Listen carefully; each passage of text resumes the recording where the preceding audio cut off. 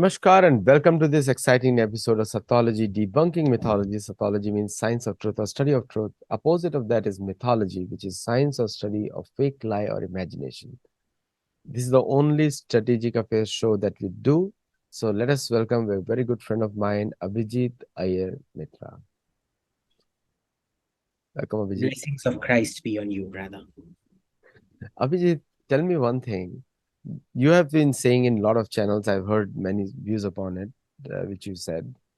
What do you think is what's going on and where is going to end from the what is going on in the Russia, Ukraine, and also the USA getting involved? So both sides we are seeing rhetoric right now, but Russia is actually moving. What do you see actually from your point of view? So, if you remember, I've been saying since day one that the worse this gets for Russia, the higher the chances of nuclear usage become. Right. And we've seen the movement towards that. What they've been talking about the Belgorod, they've been talking about preparations of Black Sea. What they're not talking about is the preparations we're seeing in Novaya Zemlya, which is that huge Arctic island that Russia has north of Siberia, which was the nuclear test site, where we're seeing massive preparations happening for something, right? That site was almost abandoned. They're repainting everything, they're redoing everything, there's calibration equipment coming in, there's all kinds of things happening out there. And I suspect they're going in for an atmospheric nuclear test. It may be atmospheric, it may not be, but they're definitely preparing for a nuclear test of some sort. Now, the thing about this is, what we saw in the first stages of this latest Russian reversal, the first reversal, remember, was from Kiev. They surrounded Kiev, they got hammered, and they withdrew from that entire northern segment. And now we've seen significant movement by the Ukrainians in the Kharkiv sector. Now, what's happened in the Kharkiv sector is that the Russians moved back by about 40 to 70 kilometers, depending on which part it was. We weren't seeing, we in that area, we would see lots of abandoned equipment, but not destroyed equipment. So clearly, they were pulling back to something or the other, and there were stiff pockets of resistance left behind. Left behind, we don't know why. Why did they pull back? We saw lots of destroyed equipment in the first 1, 2, sometimes 5 kilometers of that withdrawal zone. But the rest of the zone was abandoned. They did abandon some important equipment as well. And presumably the rear guard actions were left in place in order to prevent the Ukrainians from just swamping the entire territory and keep getting bogged down one place or another. So now what happens is, what are the Russians planning? There are several interpretations of this. One is that the Russians lost very badly, etc., etc., and definitely there have been issues with their supply lines. But once they've moved back 40 to 70 kilometers, and you're still fighting in that 40 to 70 kilometer zone, we don't really know what the hell is happening out there, right? There are massive aggregations of force happening in Novorossiysk, which is on the Russian side, further from Crimea, from the sea, on the Sea of Azov. So let's see what happens. I mean, I'm waiting with bated breath, I guess. But remember, Russia does allow for nuclear weapons to be used in defense. And now the latest annexation of eastern Ukraine might be, I honestly don't know. But what I do know is, if the reverses continue, this is going to go nuclear. That much is for sure. See, we have also seen a lot of rhetoric in the for the gas pipelines. We also discussed last time also that the second one pipeline is still active. There were two Nord Stream 2. One is active, one is still not. But even the one which was not active has seen some destruction over there. And Norwegian army and air force have gone in to protect it now. So, so do you think that there'll be a breakup in Europe because of this continuing conflict actually? It depends on how harsh the winter is. Right now, I think Europe is experiencing its mildest winter on record. By this time, you should have been wearing overcoats and things like that. You're not. a light sweater will do. And this is October, mind you. So if the winter gets particularly cold, then Russia wins. If the winter is not particularly cold, because remember, the ambient temperature in a European home is something like what? 23, 24 degrees Celsius, which they will use. I mean, it requires considerable heating. Now, if the temperature outside is -4, -5, you can manage easily, right? Occasionally, it will drop down to -9, totally manageable. If you have a particularly harsh winter where it goes down to average on -9, uh, or worse, as the case may be, then you're looking at something completely different because the amount of energy required will be significantly higher, and you will have to use up reserves and resources that you simply don't have. And I think what America did by sabotaging that Nord Stream pipeline was to see to it that if Europe is on the verge of surrender, it does not have any option to surrender. Right? That is why Nord Stream was attacked. Because I don't think the Americans expect Europe to survive winter.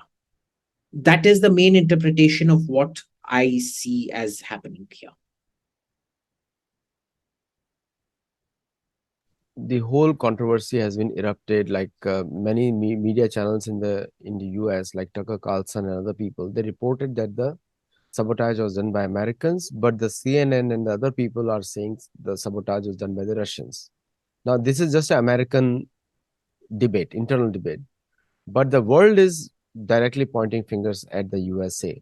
So, but from your perspective, from the world perspective, you look at internationally. So, what do you think the world thinks about the gas pipeline? Who sabotaged it? Look, I don't think there's any, I've spoken to people who publicly say Russia did it or are maintaining ambiguity, who in private are say unequivocally America did it. Why? Because they don't have any compunctions in saying this out in private. In public, if they say it, obviously there's career consequences, which is probably why they don't say it. Right? So therein lies the problem. One of the American generals came on the show live, and he said that Russia is going to win this war if it comes to nuclear war. But he, I don't know why he said that. He said that, and I won't take the name, but you will know more than me. He's on every channel now. He's talking about it. But the official line of the US is they're going to be very strong. They're going to stand up, and if it crosses NATO line, it's going to be nuclear. That is the official line. It's not crossing NATO lines. You can do what you want in Ukraine, and I mean, you can literally evaporate Ukraine, and it's still not a NATO country. What are you going to do? I mean, there's nothing realistically that you can do that you haven't already done to Russia. So you've lost most of your leverage to prevent further bad behavior. Now, what's left? So what else sanctions? Like there was one more talk about sanctions, more sanctions. Now, what else can be more sanctions now? Or what is not yet sanctioned against Russia? I don't know. I don't I know. don't know. Like you forfeited their international money, $300 billion. Everything is gone. Now, what else Yeah. is remaining to be sanctioned? I don't know. Yeah. Maybe they'll sanction self because they're still buying Russian uranium. The 20% of electricity in the USA comes from uranium, which is purchased from Russia. Let's see. Let's see. Best of luck. Coming to the next one, because I also see a lot of the World Economic Forum coming into play everywhere, and the climate change, like which is being now India is being regularly quoted in the American media that India is one of the worst polluters. Now, what is your view on this? Because I think India has 1.4 billion people, and we cannot overnight replace anything. Even though we don't have generation power, there's no place to do it. So, what do you think that the climate, the fanaticism which is going on? We are like as Hindus, We are more worried about environment than anyone else. We respect trees, we respect soil, we respect water. But the thing is that the climate change fanatics are going after India with more sanctions. Like recently, they rewarded Pakistan, and they'll do everything possible to disrupt the Indian way of life. So, what is your view on that? So, a lot of it is India's own fault. And the main reason behind that is you were given the nuclear deal in 2008 so that you would rapidly build up nuclear reactors to power your industry. You did not. It's been how many years since then? 14 years. And you really haven't taken too many nuclear reactors, even though nuclear energy is one of those extremely clean, renewable energies. You did not. You could have gone solar. There was the National Solar Mission, which actually did really well in Gujarat. Did you take the whole country solar? No, you did not. In fact, the solar mission more or less fizzled out. That said, India has one of the highest installed power capacities. Do you know installed power, green power capacity in India is 38%, which is higher than Germany. The problem is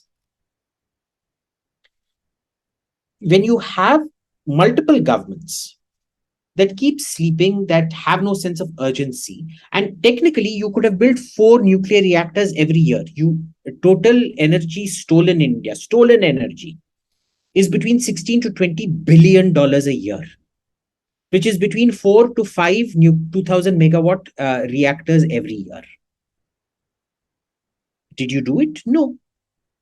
So you've got nobody but yourself to blame for this situation. It made eminent sense to go greener. You did not. And for all this bullshit we hear about Atmanirbhar Bharat or self-reliance and whatever nonsense, which has been, the motto of underperforming third world shit Indian governments for the last 70 years. You should have at least thought of the importance of reducing your dependence on coal and oil. You did not. Best of luck to you. Uranium was something you could have bought and stored in great quantities because uranium is extremely energy efficient. You need the least amount of uranium for the maximum amount of electricity.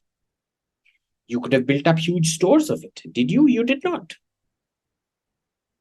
Unlike coal, I mean, how much coal are you going to store? How much fuel are you going to store? It's flammable, etc., etc. It's a danger storing that much. Sure.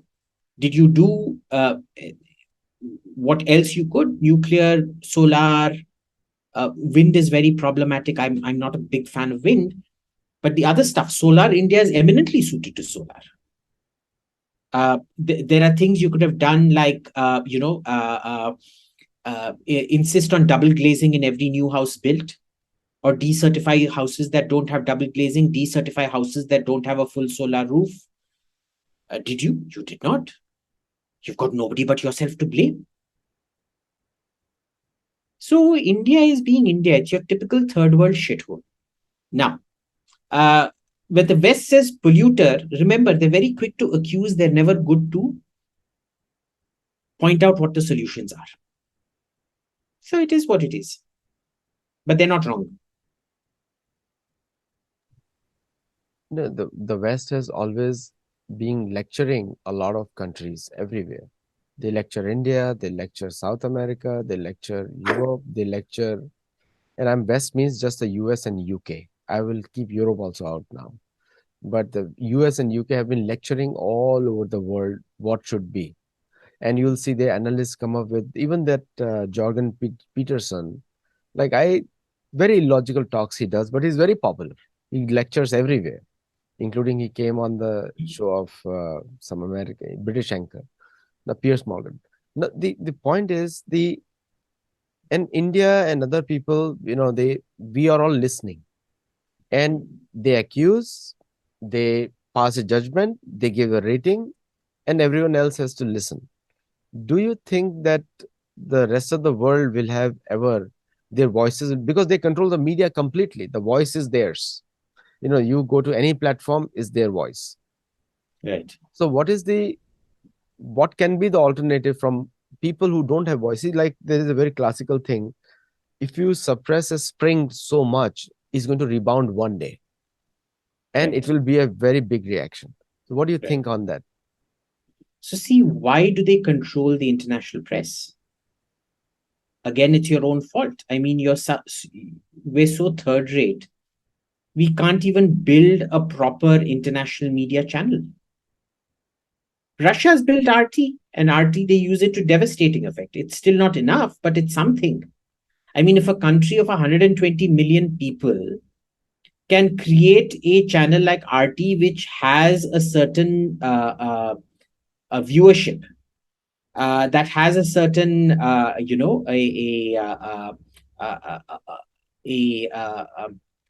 a certain impact. How is it that a country that has great delusions of great past status, with 1.4 billion, what 1.3 billion people at least, can't? Whose fault is that? Ultimately, we have to introspect. It's very easy blaming everybody else for our problems, and we tend to do that because we never want to accept the fact that we're basically sad, pathetic failures. True, this is a really a thing of introspection. It is really a point of introspection, because so-called IT superpower status we have, but we cannot even build India has not built yet a social media platform. And And and mind you, you know this better than anybody else. 90% of the so-called IT prowess is basic coding stuff. It's not even advanced coding. So basically, we are cyber coolies. you're right, because we are just IT workers, and that's exactly the H1 visa is for IT workers. Yeah, yeah, And fill in the blanks. It's like fill in the blanks. yeah. And you're right, absolutely right, because we have flashes of brilliance, but that is only comes out when we are under an American or Western management. But no IT, very few IT firms have been started by Indian entrepreneurs. Now, the question that comes to the mind next is, when it comes to like you are saying, it's going to go nuclear, is going to affect India also environmentally, because it's not very far geographically. It's still the same landmass. Still, say landmass extends from India to Ukraine and Russia, and the retaliatory strikes by Americans on Russia is going to directly affect India. How prepared is India for that? Because No, we are talking about peace. why would America retaliate for a nuclear strike on Ukraine? Because Ukraine isn't in NATO, But right? I've been hearing media reports they're going to attack sites in Russia. Best of luck to them. If they do, I mean, I have no problems with that, right? Like, if the Western Hemisphere wants to destroy itself, go ahead. Because, nuclear is the great equalizer. A tiny country like North Korea can hold the world to ransom with nuclear weapons. This is what nuclear weapons do. They fundamentally level the playing field, right? So I don't think most of these, of course, American reporters generally don't know what the hell they're talking about most of the time on most things. Uh, some notable exceptions, but mostly they don't. So best of luck to them. But I don't think press reports, I don't think anybody, first of all, takes the American press very seriously. I don't think we should either. Yeah, yeah, that is one thing. Nobody in USA itself takes the press report seriously, and India reacts to all of them, and most of them have named Indian names who write against India, and they react all the time. And Americans don't take seriously. It's like, if you ask Wall Street Journal WSJ to somebody, they won't will tell you what is WSJ, but Indian will tell you what is WSJ, because these reports are directed towards India, and Russians don't take it seriously. Chinese don't take it seriously. I don't know why India takes seriously. Is the colonialism still in the heads? Of course it is. It's basically our need for validation, right? Everything has to be everything that we do, we seek validation from the West. It shows you the inferiority complex. You remember the last time we spoke about the Christian need for proselytization. Where does it come from? So this is another manifestation of your fundamental inefficiencies, inadequacies, whatever. There was an incident of Indians tying Rakhi to American police officers, and the American police officers were saying, "What the hell it is? Why they are here?" That's a Mm, question he asked. Why the hell they are here? It did not come out in the media, but that's a recording I received. So the point is, we when we are in the uh, most of children are born here now, and when we are here, children have a little disconnect with the parents because parents are too much connected to India, and children are connected to Berkeley. So they're right. naturally against everything with the Hindus. In our channel also, we're going to bring up a series where we talk about the courses that are being taught in the name of Hinduism. You'll be shocked Mm, to know how Christianized those Hindu courses are, because most of those courses are run by the Christian pastors who are teaching their version of Hinduism to Indian kids, which is very different than what Indians would like to know here. One last question on this show is, like, when you see the Russia and I think the some European countries are going to break off and join with Russia. I think I may be wrong. And Russia, China and Iranian drones being used. We spoke about it last time. So, do you mm. think a new, groupings are coming out, which are going to fight the war? It's not going to be one country versus other. It will be a group of countries fighting against a group of countries. No, I don't think anybody is going to get any more countries are going to get involved in this. However, what I do think is you will see a fraying of Europe. You will see a fraying of Europe. There's nothing anybody can do about it. And the way America will use its reserves is whoever is the pluckiest in opposing Russia will get priority in terms of oil supplies and things like that of American oil. And the people who are most in favor of compromise will get screwed over the worst. So they'll use it. They'll use it essentially as a weaponized tool. See, the gas prices in US have again increased, and fortunately, the banks. I got just a report just now by the inflation tracker that the most of the banks in the US are on the verge now, on the verge of collapsing. Now, Mm. and it's like their assets are less than their deposits right now, which is a very unhealthy situation. If it was India, we would have declared bankruptcy by now. But because it's a USA, they can print the money they want, so they are not declaring yet because the world is still using their currency. So, what do you see if the war turns into? Because one thing I was also hearing the analyst actually saying that Russia has very smartly moved diplomacy, that the world is actually now finding logic in Russia's reason for the war, and it is the US is getting demonized day by day. What is your viewpoint on this? This is the reports that they are coming out. Here's the thing. Um, I don't know who said it first, but basically, there's this saying that when somebody's got you by the balls, your hearts and minds will follow. So basically, Russia has everybody by their balls. The weaker and poorer you are, the more by the balls they have you. Okay. Richer countries are able to, pay the price for their ideals. It's like how normal economics works. You and I, we're in a social strata where we can afford to pay the price for our ideals, right? A lot of people are not. So it is what it is. No, good point actually, because this is actually which is happening. The you know Slowly also the world is dawning to the idea that it was American military threat which kept them or forced them to use the dollar, like with sanctions and with the military potential, like aircraft carrier is right in the backyard.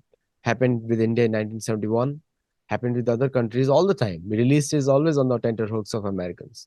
So the deals were also favorably given to them also.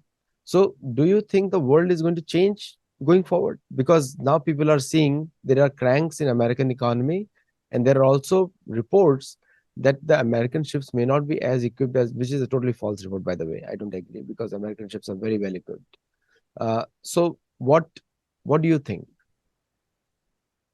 Um, Specifically about? Like the American ships means people are thinking like the Americans become No, weaker you military asked me a power. question before that. What was that? American ships are getting weaker No, militarily. before we touched on American ships. Yeah, the most of the times, like I was saying, that the American military is the one which maintained the US dollar. Now people know that.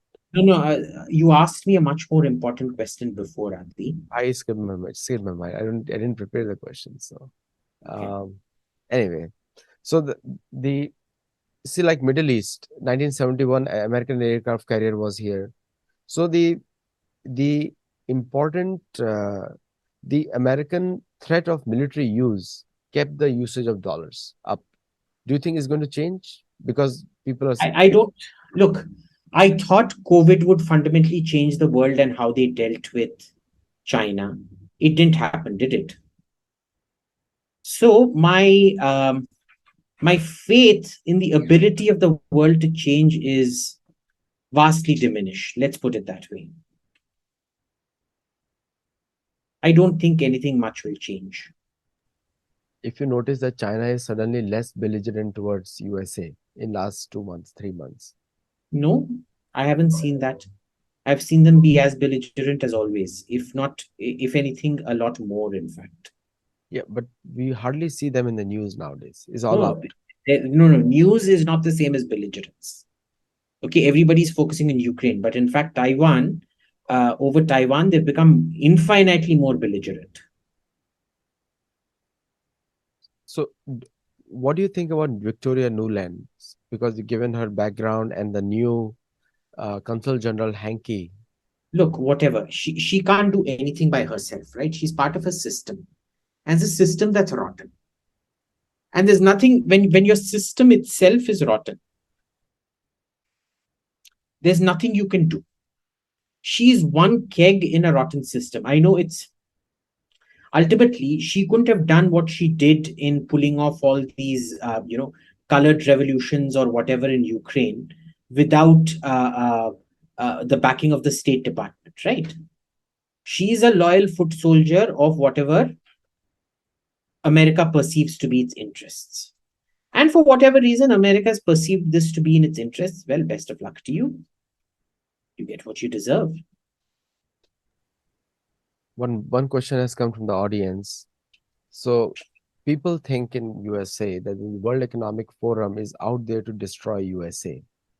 Is that is that what you see from your perspective? No, I don't think the World Economic Forum is out to destroy anybody. The World Economic Forum is fundamentally meant to enrich themselves. And what they do with that enrichment is they never look at the long term consequences of where they're going. They'd love to think that they think through the long term consequences. The reality is that they do not. And there's nothing any of us can do about that. So the problem, of course, is that there's such a concentration of wealth. They're able to subvert what you're seeing. Basically, the World Economic Forum is essentially what feudal Europe was. Barons doing what suited them best, which did not actually suit. I mean, in those days, you didn't have nation states, but what did not suit their people or their countries the best, but they always passed it off as, holy duty and guided by Christ and all that nonsense. The one of the things which has again come from the audience is that the Indian military is gradually getting more and more respected.